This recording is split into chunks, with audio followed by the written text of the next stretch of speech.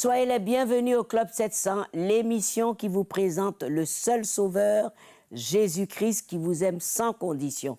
On doit toujours vous le répéter pour vous le rappeler. Et nous avons comme d'habitude de grands témoignages pour vous encourager et édifier. Salut Pasteur Kofi, que vas-tu nous présenter en premier? D'abord, salut à toi. Merci. Et salut à tous nos amis. En fait, j'aimerais inviter nos amis à regarder avec beaucoup d'attention le témoignage de cette jeune fille de féticheur qui souffrait d'une maladie très mystérieuse. Quoi? Suivez. Ce jour-là, quand Florence entra dans sa maison, elle a failli tomber à la renverse.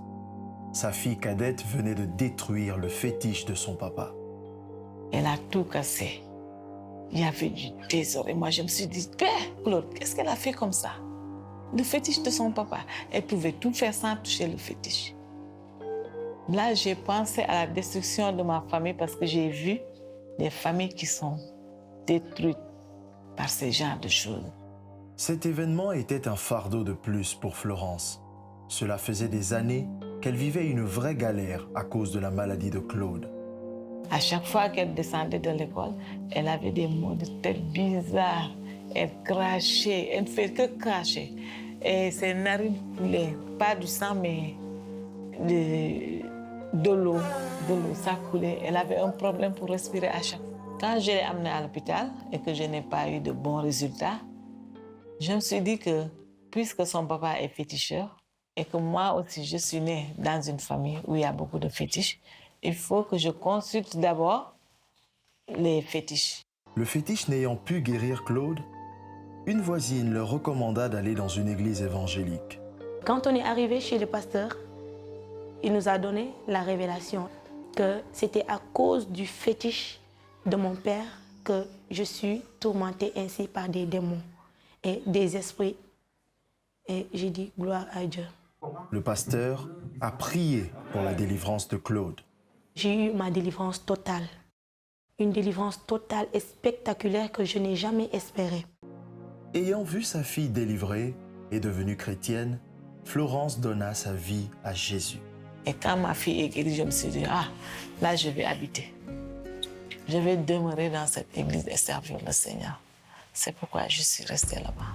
Une semaine après, je me suis donnée à Jésus. Revigorée par le miracle qu'elle avait vécu, Claude détruisit le fétiche de son papa. À mon retour à la maison, il n'y avait que moi et ma sœur Thérèse. Ma maman n'était pas là-bas. Et inspirée du Saint-Esprit, conduite par l'Esprit de Dieu, j'ai détruit le fétiche de mon papa. Le papa, lorsque sa fille a détruit son fétiche, il était en colère, il était très en colère même. Il était fâché, énervé. Il a fait des incantations contre nous. Le papa, ayant vu que ces pratiques mystiques étaient inopérantes, se découragea. Il a tout fait.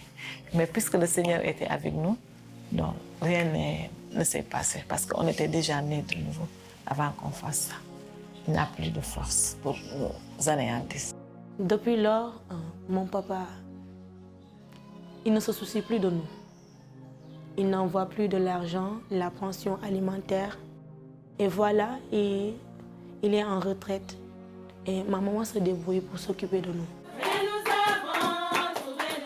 Abandonnée par son mari, Florence a mis sa confiance en Jésus-Christ et est très épanouie. Il y avait la faveur partout, la protection, il y avait la main du Seigneur. Ma maison était un refuge pour les... À chaque fois, on priait là-bas. Il y avait la paix, plus de maladies et plus de stress.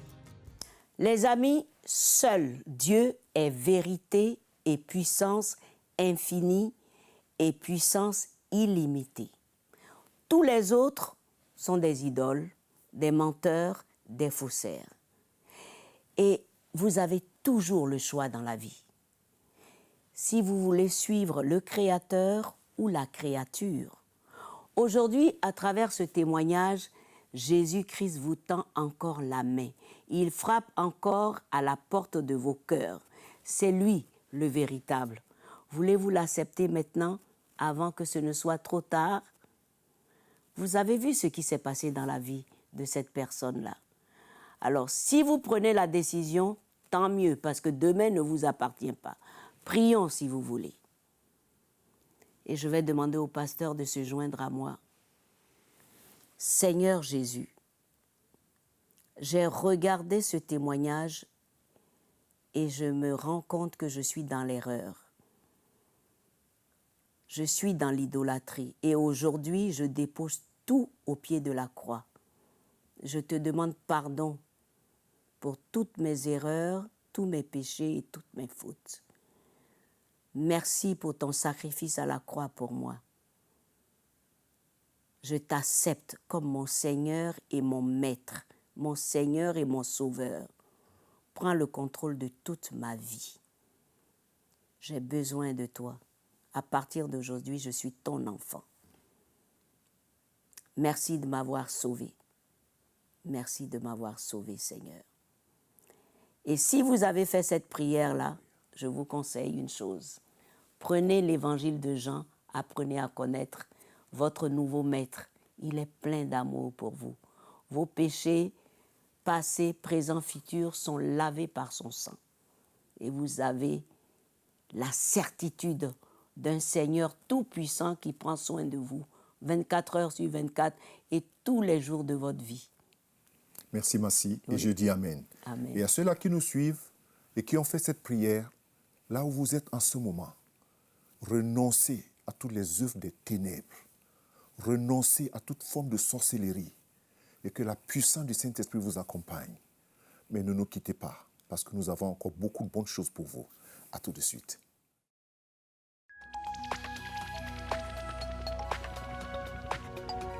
Si vous avez des questions spirituelles, des besoins de prière ou même si vous avez besoin de conseils, n'hésitez pas à nous contacter aujourd'hui à cette adresse ou au numéro suivant. Nos conseillers sont là pour vous aider. N'oubliez pas, nous sommes là pour vous.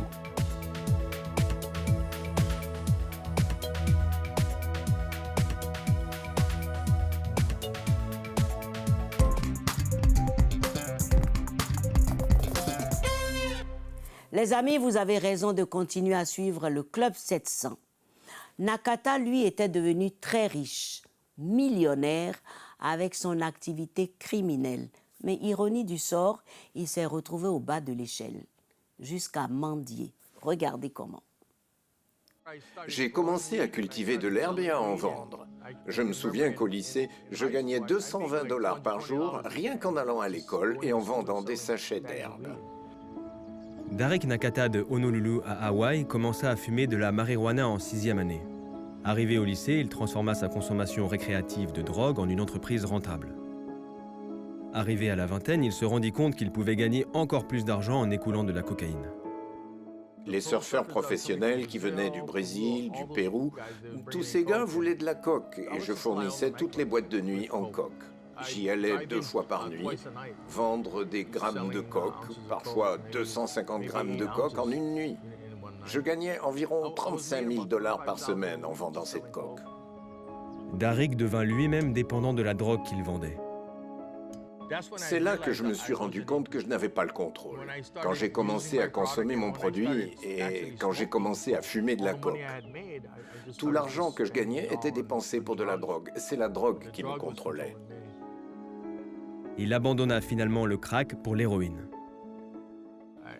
Je pouvais voir le désespoir que je vivais à cause de cette drogue. Chaque fois que tu reviens à toi, tu te demandes qui appeler, comment en obtenir, de qui l'obtenir. J'ai senti qu'il y avait de l'obscurité dans mon âme. Je n'étais plus la même personne qu'avant.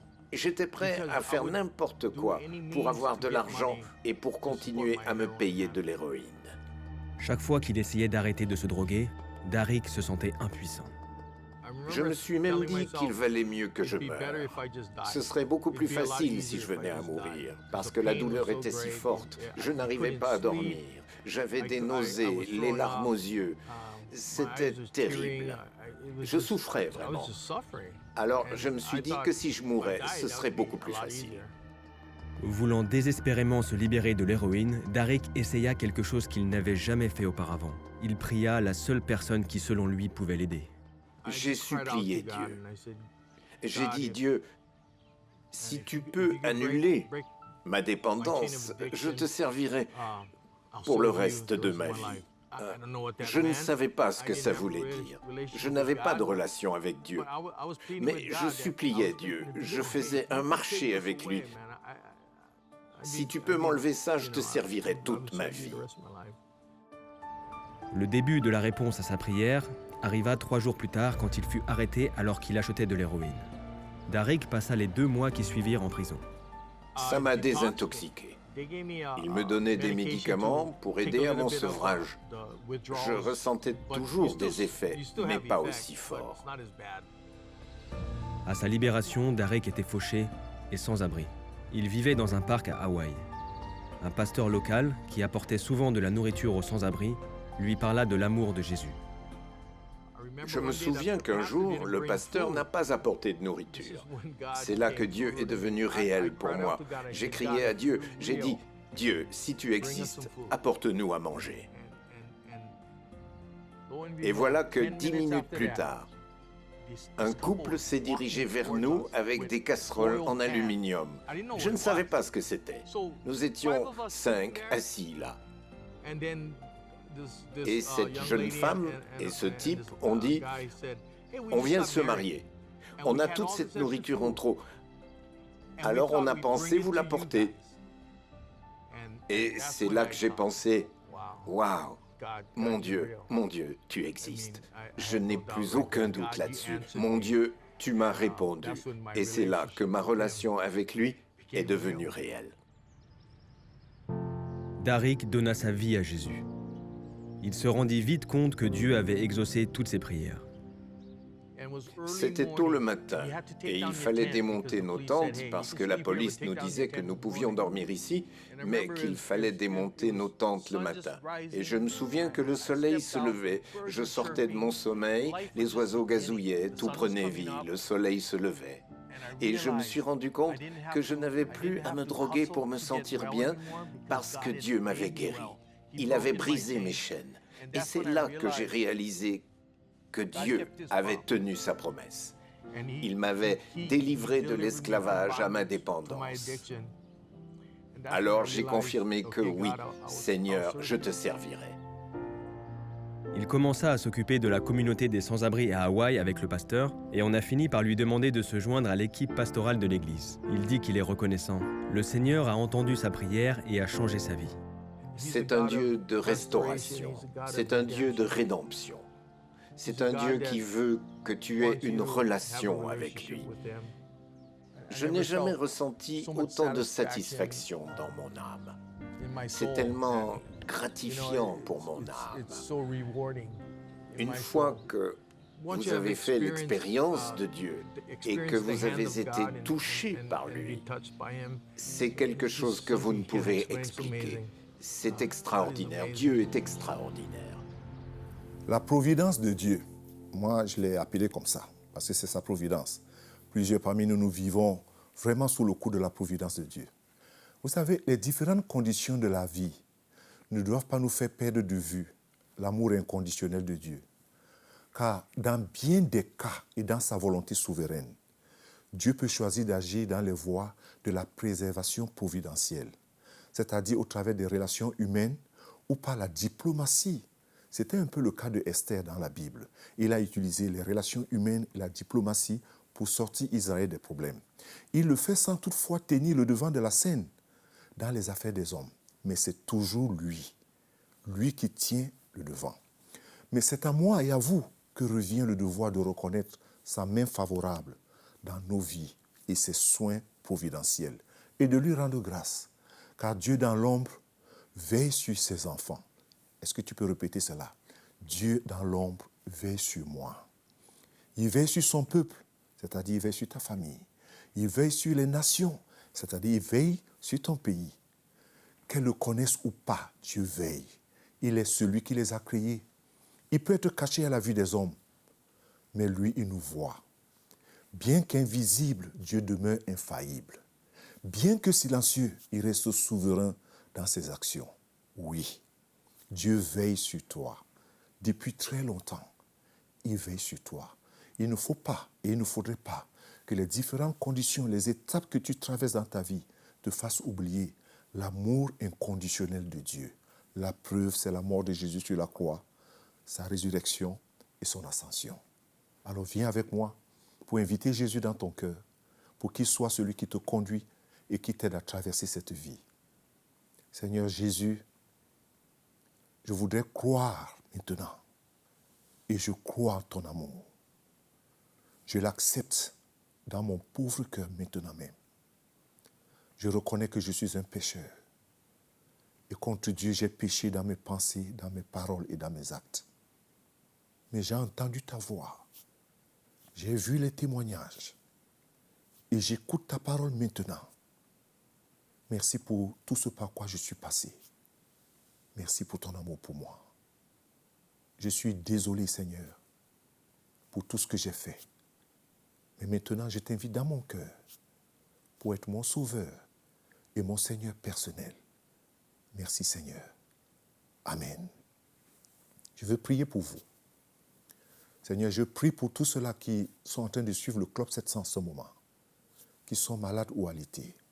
Je prie que tu tendes ta main guérissante et que tu guérisses et que tu relèves. Au nom de Jésus. Amen.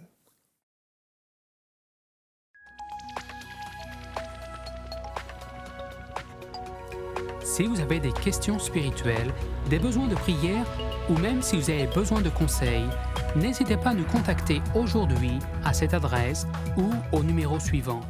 Nos conseillers sont là pour vous aider. N'oubliez pas, nous sommes là pour vous.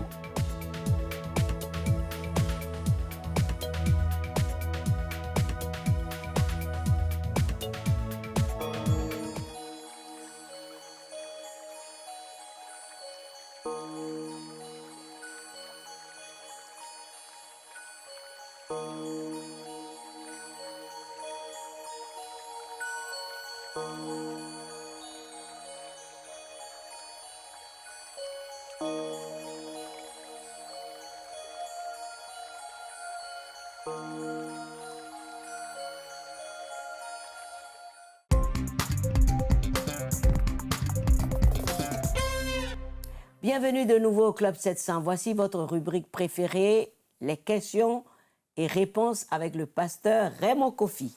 À votre service, madame. Vraiment? Alors, la première. Pasteur, j'aime un jeune homme, je l'aime tellement et il m'aime aussi.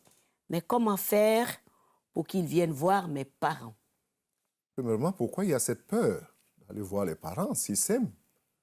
Si c'est de l'amour, je ne vois pas de raison pour laquelle le monsieur ne peut pas aller voir les parents, à moins qu'il y ait autre chose qui soit derrière. Mais je pense que la personne, la jeune fille en question, devrait encourager le garçon, s'ils sont purs dans leur relation, d'aller voir les parents. C'est la plus simple des choses à faire. Parce que plus ils continuent à cette relation, peut-être en cachette comme ça, n'importe quoi peut arriver. J'espère qu'il n'y a pas quelque chose qui est arrivé.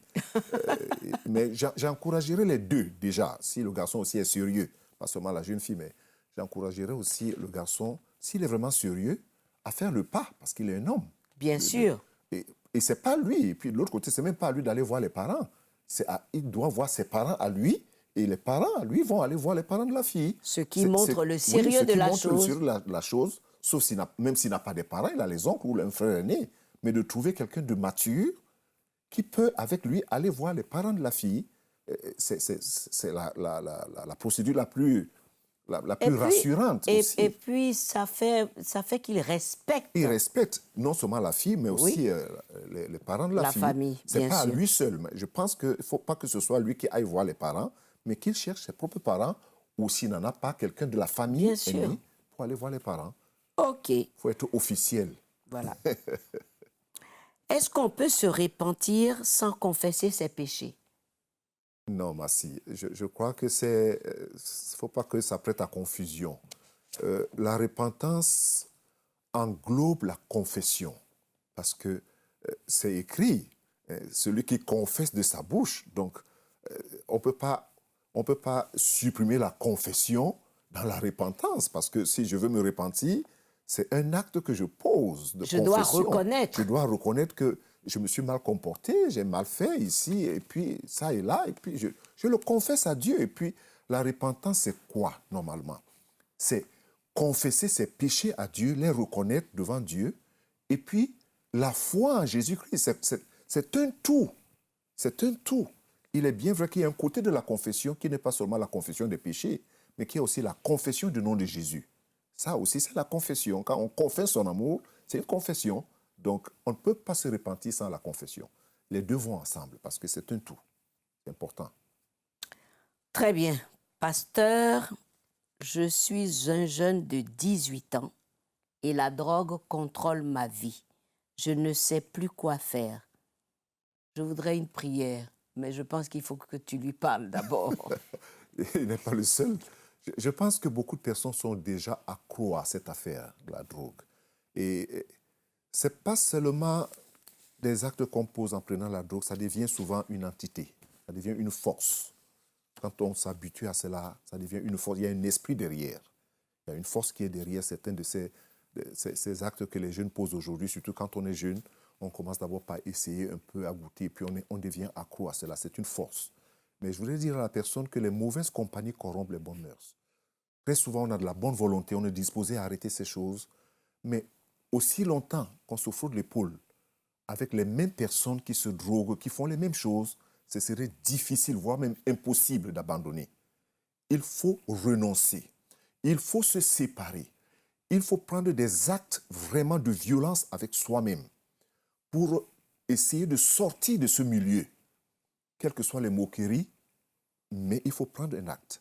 Mais j'aimerais quand même prier pour cette personne et d'autres personnes qui sont dans cette situation. Oui. J'aimerais que ces personnes répètent la prière avec moi. Je ne sais pas si tu es aussi dans le même cas, mais je veux que tu dises ceci.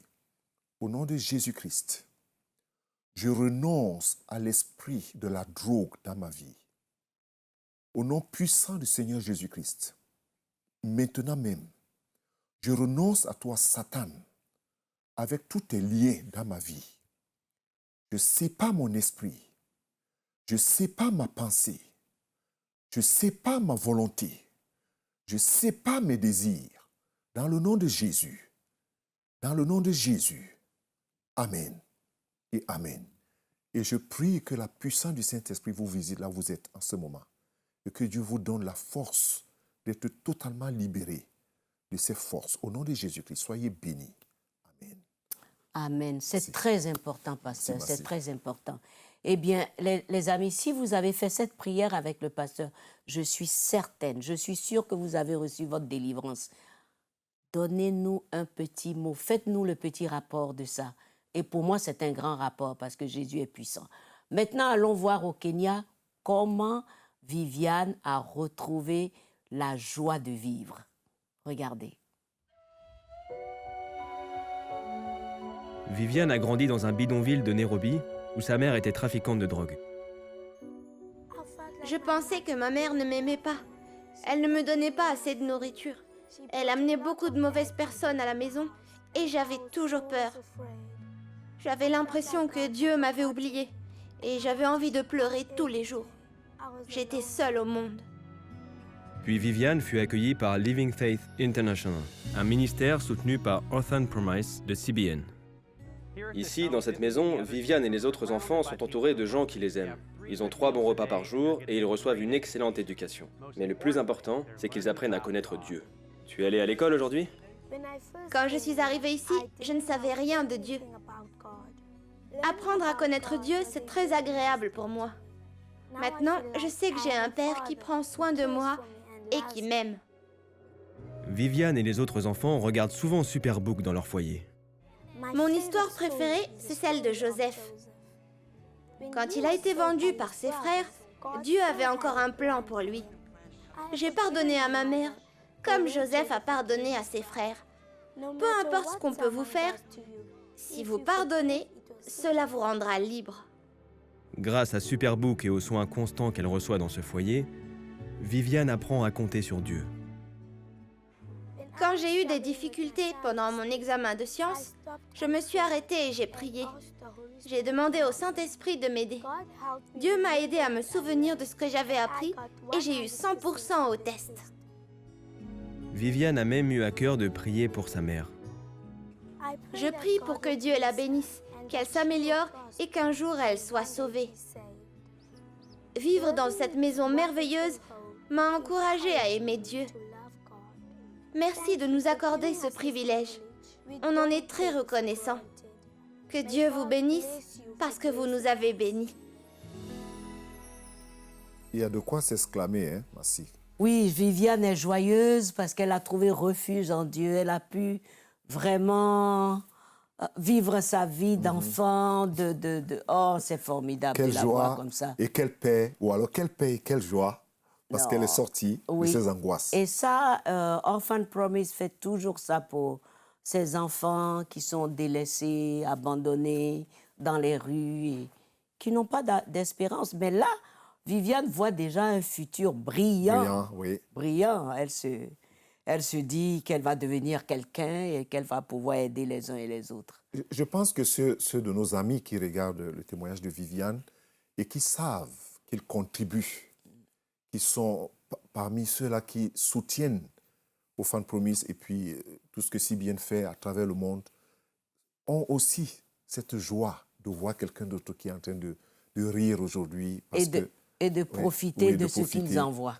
C'est-à-dire que physiquement, on ne se voit pas, mais dans l'esprit, on est ensemble parce qu'il y a une contribution qui vient de quelque part par quelqu'un.